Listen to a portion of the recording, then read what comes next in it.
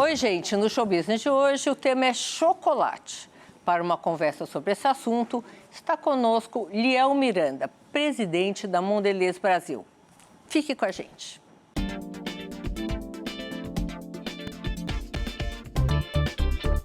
Depois de uma carreira de sucesso na Souza Cruz, ele assumiu o cargo de liderança em uma das mais importantes empresas do mercado de alimentos do mundo. Vamos falar agora com o presidente da Mondelez Brasil, Liel Miranda. Liel, bem-vindo ao Show Business, ainda vou te cumprimentar assim, já que essa Covid ainda está meio duvidosa, não? Obrigada pelo seu tempo. Queria começar explicando para o nosso público o que é a Mondelez. Tá é ótimo. um nome, assim, talvez não tão popular aqui pelo Brasil. Bom, obrigado você, Sônia. É um grande prazer estar aqui, falando com a audiência, falando com você nesse programa. Mondelez tem uma história recente. É uma empresa que tem 10 anos. Ela foi, na verdade, ela era uma divisão de uma empresa de alimentos, que é a Kraft, e ela foi criada para ser uma empresa exclusivamente focada em snacks. Snacks são chocolates, biscoitos, chicletes, balas, suco em pó, coisas que, na verdade, não fazem parte da alimentação regular, mas que as pessoas consomem ao longo do dia. E a intenção era ter foco nessa área de indulgência. O nome Mondelez foi, inclusive, criado num concurso interno com os funcionários, globalmente. E foi, basicamente, Mundo de Delícias, porque esse é o nosso negócio. Em francês? Em francês, Monde Délice. Mas o importante é que eu acho que se as pessoas souberem das marcas, aí todo mundo conhece, porque são marcas centenárias. Então, em chocolate nós temos, por exemplo, Lacta, Bis, Sonho de Valsa, que faz parte Bis e Sonho de Valsa, que faz parte da vida de todo mundo. Bis. Exato. Em biscoito nós temos Clube Social, Traquinas e Oreo. Então também são biscoitos que as pessoas consomem todos os dias. Trident, Halls, Babalu, Tang, todas essas marcas são da Mondelez. Então, me diz uma coisa, como é que essas marcas se comportaram durante a pandemia? É uma coisa que as pessoas deixaram de comprar ou não, ou compraram mais? Qual foi a fome de delícias do mundo em relação... A gente teve dois fenômenos. A gente tem produtos para consumo em casa. Chocolate, biscoito, suco em pó, ingredientes para bolo, massa royal. Esses produtos cresceram muito, porque durante a pandemia as pessoas ficaram em casa e, portanto, a loja de conveniência virou a sua cozinha. Você não precisava mais sair de casa. Muito quanto? Eu diria que a gente experimentou um crescimento de 20% no consumo, por exemplo, de chocolate, 25% no consumo de biscoito. Então, são categorias que cresceram muito porque tiveram mais oportunidades para snacking. Quando você está em casa, e as crianças em casa e os pais em casa, sempre tem aquela hora da fominha em que você pega um biscoito, um chocolate, um bombom. Então, essa foi um crescimento em chocolate e biscoitos. Com a volta agora à vida fora de casa, mais normal, muita gente ainda faz home office, tudo, houve uma queda de consumo? Isso aqui é impressionante. Não houve uma queda de consumo. Esse consumo foi um novo hábito. As pessoas o hábito de consumir snacks aumentou durante a pandemia. Então, se você consumia biscoito uma vez por semana, você passou a consumir mais vezes durante a semana. Chocolate, a mesma coisa. E esse hábito permaneceu. Então, a indústria como um todo de chocolate e biscoito está experimentando o mesmo volume que a gente tinha. Gente, regime antes. Nem pensar. Tivemos fazer uma pesquisa para saber quantos quilos a população ganhou trancada dentro de casa. Mas tem um outro aspecto também, né, que a gente faz muita pesquisa com o consumidor. A consciência sobre a alimentação aumentou muito. Porque agora que as pessoas estão em casa, as pessoas puderam regular o que elas comem, elas puderam cozinhar para garantir que elas tinham produtos mais naturais. Então, as pessoas estão buscando produtos de indulgência, como os nossos, mas de forma moderada. Então, não é mais aquela coisa de que eu vou abrir uma caixa de bombom... 25%, como é que pode ser moderado? Com a frequência. Você passou a consumir com mais frequência, não em maior quantidade todos os dias. Então, a gente tem uma pesquisa que mostra claramente, ao mesmo tempo que todo mundo está muito mais consciente do que come e, portanto, buscando alimentos mais naturais, que acredita que faça menos mal para a saúde, as pessoas também estão moderando a quantidade que elas comem. Quantas vezes por dia, quantas porções. E no nosso caso, isso a gente vê com o crescimento de embalagens menores. Então, Claro. por exemplo, hoje a gente oferece quase 25% do nosso volume em embalagens com menos de 200 calorias, que a pessoa pode consumir, abre o pacote de chocolate ou de biscoito, consome, mas aquilo não é alguma coisa que seja excessiva. Ela simplesmente faz parte. Tem que guardar na geladeira. Não, ela abre e consome. Isso faz parte dessa busca do consumidor de ter a indulgência, ter o prazer, porque afinal de contas, durante a pandemia, mais do que nunca a gente precisava daquele conforto, mas de forma moderada. Porque tem um outro fenômeno também, que foi o e-commerce. A gente vendia, antes da pandemia, quase 1%, muito pouco por e-commerce. Hoje a gente já vende 6% do nosso volume em e-commerce, que foi uma modernidade. As pessoas passaram a fazer mais compras de supermercado, passaram a comprar produtos que antes elas não associavam com e-commerce, no e-commerce. Durante a Páscoa, por exemplo, a gente quintuplicou o volume que a gente vende de Páscoa, ovo de Páscoa. Quintuplicou? Quintuplicou. A gente cresceu do ano de 2019, antes da pandemia, era quase nada. No ano de 2020, a gente vendeu quase 10%. E agora, no ano de 2022, a gente vendeu quase mais de 20% do nosso volume de ovos de Páscoa através do e-commerce. Então, eu diria que não dá para falar que as pessoas ficaram conservadoras durante a pandemia. Elas ficaram mais seletivas em relação às marcas, elas ficaram mais práticas do ponto de vista de e-commerce, de buscar conveniência, e elas ficaram mais conscientes da alimentação, de buscar indulgência, mas com moderação. Então, muita mudança. Com essa gama de informações que vocês acumularam esses 2 anos, vocês pretendem fazer o quê? Bom, a gente já vem fazendo. Então, por exemplo, no e-commerce, a gente vem dobrando o investimento a cada ano. Tá. E estamos aumentando muito. Nós, antes da pandemia, nós tínhamos alguma coisa como 200 parceiros que a gente vendia através deles. Portais, last milers, né, empresas de entrega ou supermercados, 200 que tinham e-commerce que a gente vendia através deles. Agora a gente tem mais de 2.500 parceiros que a gente faz e-commerce através deles. Então, investimento em e-commerce aumentou enormemente para a gente e para os nossos parceiros, para os clientes, para os supermercadistas, para os varejistas. Então, investimento em e-commerce é uma das coisas que a gente tem feito. A outra coisa, como eu te disse, é o portfólio.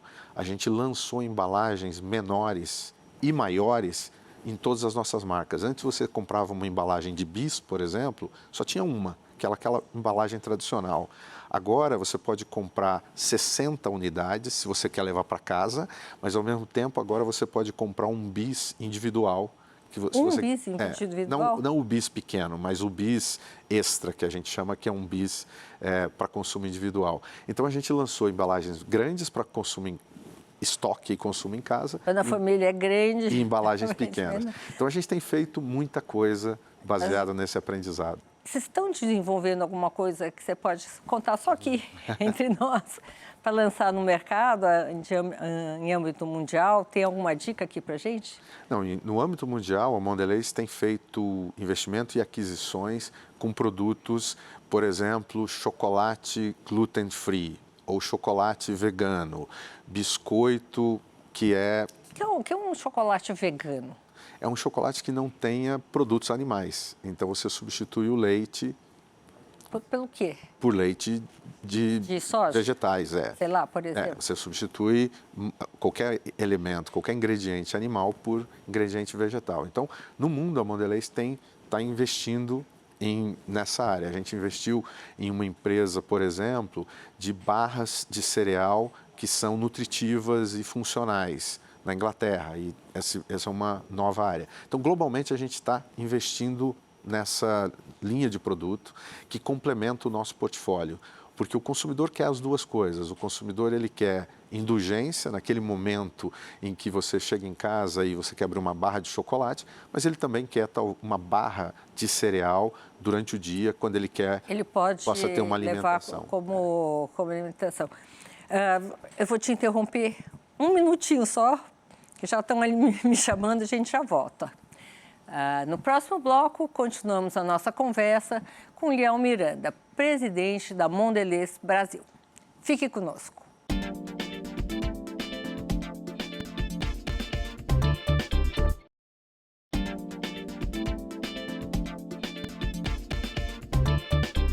Voltamos com o nosso entrevistado, Liel Miranda, presidente da Mondelez Brasil. Liel, estava aqui olhando seu portfólio. Em quantos países a Mondelez está presente? Bom, a Mondelez está presente em 170 países, no mundo inteiro, e a gente tem a liderança de snacks no mundo.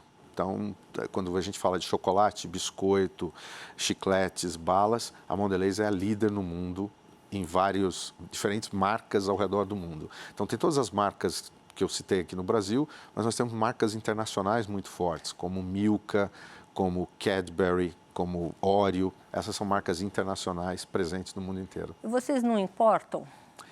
Não, porque... Esses produtos? Não, o Brasil, as nossas marcas são muito fortes no Brasil. Então, aqui no Brasil, nós somos, por exemplo, líderes em chocolate, líderes em chicletes, em balas, em suco em pó, e nós somos o segundo player em biscoito. Então, as nossas marcas são muito fortes no mercado brasileiro. Em relação à compra, a Mondelez é uma empresa que está comprando empresas no mundo. A nossa estratégia é de crescimento. A empresa tem... Não é crescimento orgânico, é também crescimento orgânico e inorgânico. Então, a gente acabou de anunciar, no começo desse mês, uma aquisição, por exemplo, no México, onde a gente comprou toda uma linha de produtos de chocolate e balas que pertenciam à Bimbo, e a gente comprou e agora vão fazer parte da Mondelez no México, o que fez o México dobrar de tamanho para nós. Dobrar de tamanho? É. Engraçado. Eu tenho entrevistado vários executivos aqui no programa e eu tenho reparado que existe uma vontade de expandir horizontes para outras áreas. Pelo que eu entendi no começo da nossa conversa, a Mondelez fez o contrário, né? A Kraft, ela separou uma área justamente para delícias, né? Uhum. Mondelez, para concentrar esse tipo de produto. Essa é uma estratégia diferente das outras empresas. Como você explica isso? Eu acho que, sim, essa é a estratégia clara da Mondelez, é foco. Foco em produtos de snack, produtos que o consumidor usa ao longo do dia, que não fazem parte da alimentação do almoço, do jantar, mas que ajudam na alimentação ao longo do dia. Esse é o nosso foco e todas as categorias que a gente tem que estar atendendo esse foco do consumidor. E a gente não pretende expandir, pelo contrário, a gente pretende focar ainda mais. Então, a gente acabou de anunciar agora globalmente que a nossa estratégia é crescer ainda mais rápido. O algoritmo da Mondelez é um crescimento anual de 3% a 4% globalmente. A gente acabou de anunciar que a gente pretende agora crescer 4% a 5%. O que 1% ou 2% numa empresa de 30 bilhões de dólares de faturamento anual é muita coisa. Então, é uma aceleração do crescimento com foco ainda maior em chocolate e biscoito. Agora, o Brasil deu uma grande contribuição, né? Você nos contou aqui que vocês... 25% de crescimento. O Brasil tem sido um dos mercados, porque a Mondelez tem uma distribuição, 60% do nosso negócio são nos mercados desenvolvidos, Estados Unidos, Europa, Japão, 40% são dos mercados emergentes. E os principais mercados emergentes no mundo, o BRIC ainda funciona para a Mondelez, são Brasil, China, Índia. Esses 3 países crescem 10%, 15%. E o Brasil, nos últimos 2 anos, foi um dos países que mais cresceu no mundo, porque a gente cresceu próximo de 20%. Nossa, China, você tem alguma ideia dos números de crescimento, particularmente na China? A China cresce mais de 10% ao ano. consistentemente nos últimos anos. Mas aí é uma combinação de duas coisas, né? A China cresce a população, cresce o poder aquisitivo da população, tem uma classe média se formando todos os anos, e as empresas como a Mondelez, elas cada vez penetram mais nas cidades secundárias. Tá. Porque a China, eu morei na China há alguns anos, pela minha empresa anterior, a China são várias Chinas. Quando a gente fala de Shanghai, Beijing, que são cidades de 20, 30 milhões de habitantes, é um país por si só. E as empresas começaram por ali, as multinacionais. Agora tem a oportunidade dos outros 1 bilhão de habitantes que moram nas cidades que não são pequenas, tem 1 milhão, 2 milhões de habitantes, mas que as empresas ainda não estavam lá. Então, a China tem esse potencial de crescimento. Em termos de investimento, o que nós temos para os próximos anos por aqui? Bom, a gente investe no Brasil alguma coisa como 100 milhões de reais por ano em modernização das nossas fábricas, por exemplo, em investimento nas marcas. Então, o Brasil é um país de investimento para a Mondelez globalmente. Porque cresce tanto, portanto, é um país que tem investimento. Então, esse é um programa de investimento contínuos de melhoria das fábricas para melhorar produtividade, automação, investimento nas marcas para melhorar produto, lançamento de novas versões. Vocês exportam?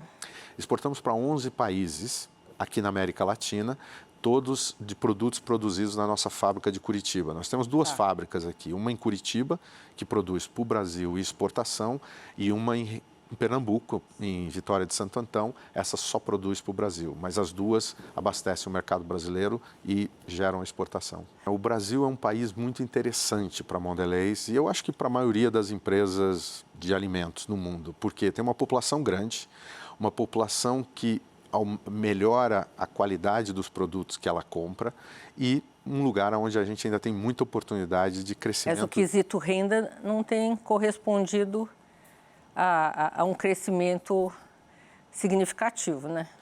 Pois é, mas o crescimento do Brasil, eu acho que, pelo tamanho do mercado, o potencial é muito grande. Só para te dar um exemplo, o consumo per capita de chocolate aqui no Brasil são aproximadamente 2 quilos e alguma coisa por ano. O consumo per capita da Europa são 8 quilos por ano. Então, ainda tem muito espaço para as pessoas consumirem chocolate, que hoje tem muita restrição econômica, mas tem muito espaço. Curiosidade, Estados Unidos... É alguma coisa como 6 quilos. 6? É. Menor que a Europa? É. E, por exemplo, biscoito, o Brasil é o segundo maior mercado de biscoito do mundo. Mas o valor é muito baixo. Temos consumo? É. Mas o valor é muito baixo. Esses produtos que a gente tem no Brasil, eles são quase consumidos como um complemento da alimentação, mas ele tem pouco valor. Então, tem muita oportunidade para a gente melhorar o valor do segmento de biscoitos. Produtos melhores, com melhor qualidade, mais nutritivos, produtos que tragam benefícios funcionais. Isso também tem grandes oportunidades. Então, o Brasil é um país grande, de tamanho, de consumo, de população, e as nossas categorias ainda têm muita oportunidade de crescimento de valor na medida que a gente vai oferecendo inovações, produtos. Liel, vou te interromper um minutinho só, tá? No próximo bloco, continuamos a nossa conversa com o Liel Miranda, presidente da Mondelez Brasil. Fique conosco.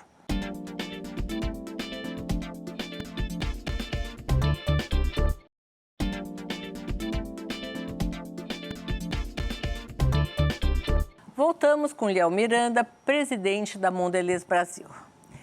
Liel, estávamos conversando aqui no intervalo sobre metaverso. Vocês venderam ovos de Páscoa no metaverso?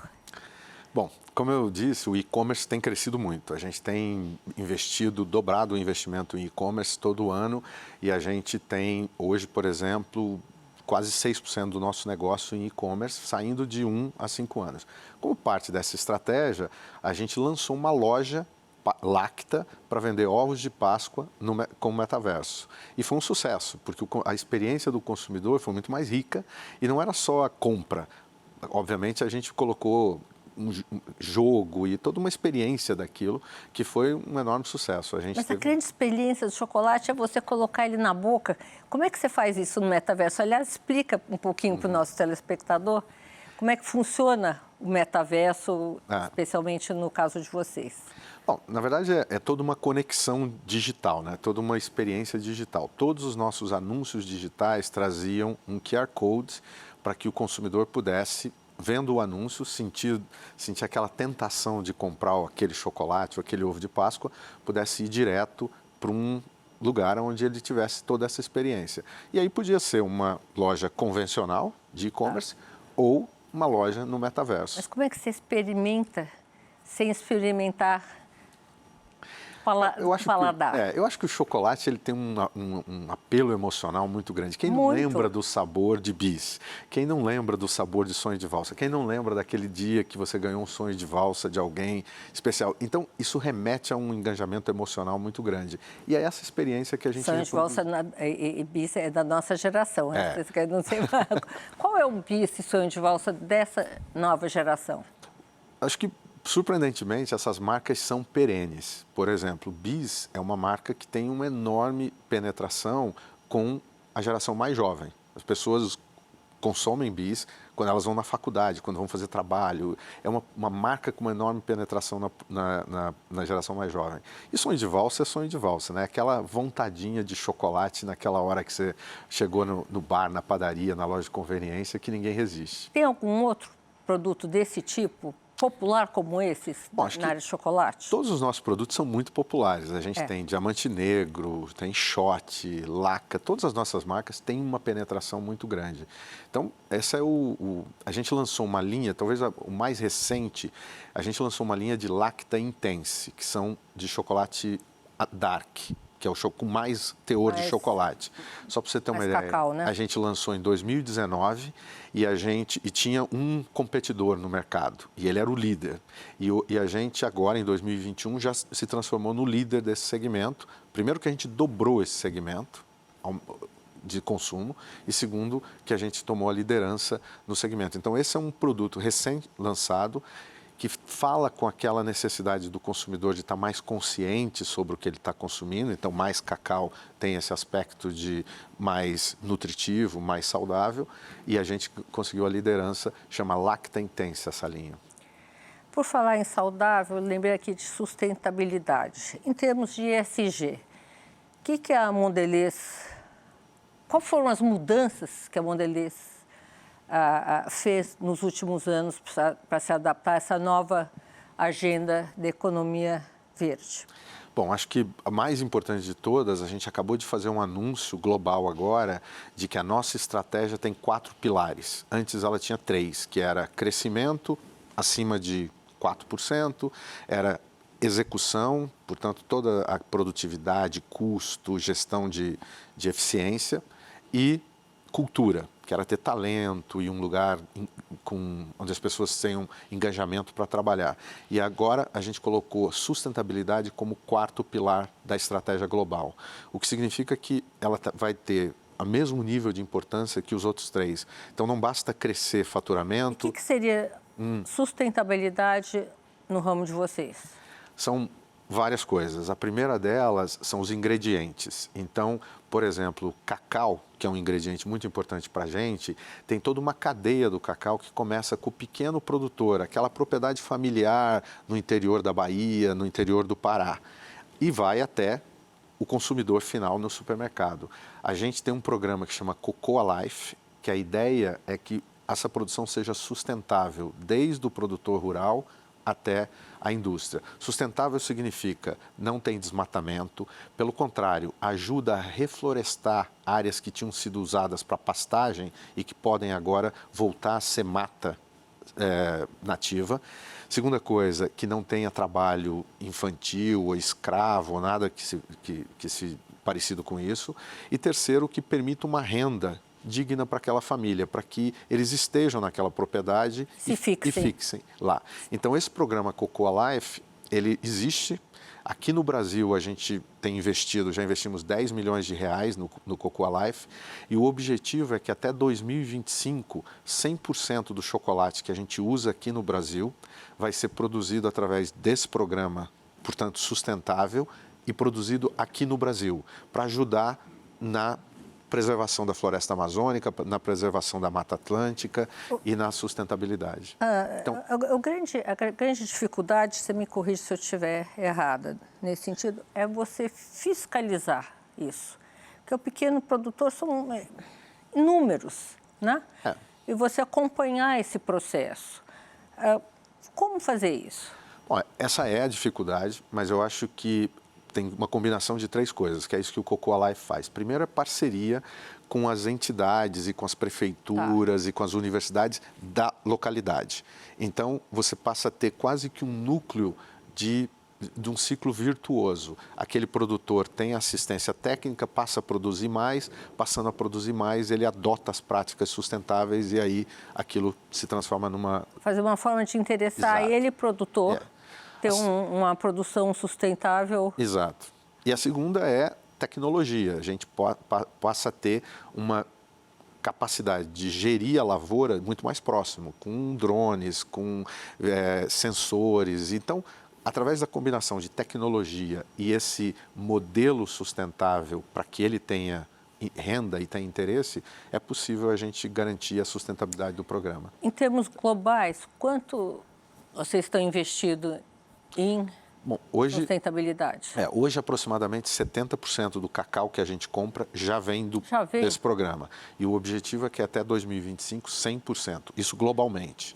Aqui no Brasil, a gente quer fazer, além de produzido sustentável, produzido no Brasil. Porque o Brasil já foi um grande exportador de cacau, hoje não é mais, é o 7º mercado mundial, porque teve uma praga na lavoura da vassoura da bruxa, mas a gente está comprometido de reconstruir, contribuir para a reconstrução da lavoura do cacau. Essa praga foi eliminada ou ainda existe? Ela existe, ela não tem como ser eliminada, mas ela está sendo controlada e essa tecnologia que a gente está desenvolvendo junto com as universidades e os parceiros permite que você tenha boa produtividade, boa qualidade, apesar da vassoura da bruxa. Então, ingredientes é uma parte do nosso ESG. O segundo é embalagem. Então, a gente tem um compromisso que até 2025, todas as nossas embalagens vão ser recicláveis. Hoje, no Brasil, nós já estamos com 90% das nossas embalagens recicláveis, mas a gente quer chegar a 100%. Então, qualquer embalagem de produtos da Mondelez... A embalagem do Bis é reciclável? A embalagem do Bis... Hoje não é reciclável, ele faz parte desses 10%, porque ele tem um... Sonho de valsa? Sonho de valsa mas ele tem, o do Bis tem aquela revestimento de alumínio, e é aquilo que a gente vai ter que substituir. Mas isso é um grande impacto ambiental. Uma outra área... Tecnologia, né, para arrumar um substituto? Exato. Um outro compromisso nosso é com redução de carbono. Então, por exemplo, as nossas fábricas aqui no Brasil, as 2, são com energia renovável. Elas não consomem água, elas, na verdade, a gente recupera toda a água que a gente utiliza. Então, nossa preocupação com sustentabilidade é ingredientes... Recupera a água? Como? Bom, a gente trata a água e devolve água tratada. E compensa o nosso consumo. Isso faz tempo que vocês têm isso ou não? Não, isso é recente? É recente. Agora a gente atingiu esse nível na segunda fábrica. A gente já tinha em Curitiba e agora na segunda fábrica. Então, o nosso compromisso com sustentabilidade é os ingredientes são produzidos de forma sustentáveis, as embalagens vão ser recicláveis e o nosso impacto, o nosso footprint, né, o impacto da nossa operação tem que ser sustentável. Olha, estamos aqui chegando ao final do nosso programa. Queria agradecer muito a sua presença, vê-lo outras vezes por aqui e desejar boa sorte. Muito obrigado. Obrigada, Léo. Muito obrigado, foi um grande prazer. Muito obrigada. O Show Business de hoje termina por aqui. Eu, Sônia Raci, tenho um encontro marcado com você na próxima semana, direto dos estúdios da Band, aqui em São Paulo. Até lá!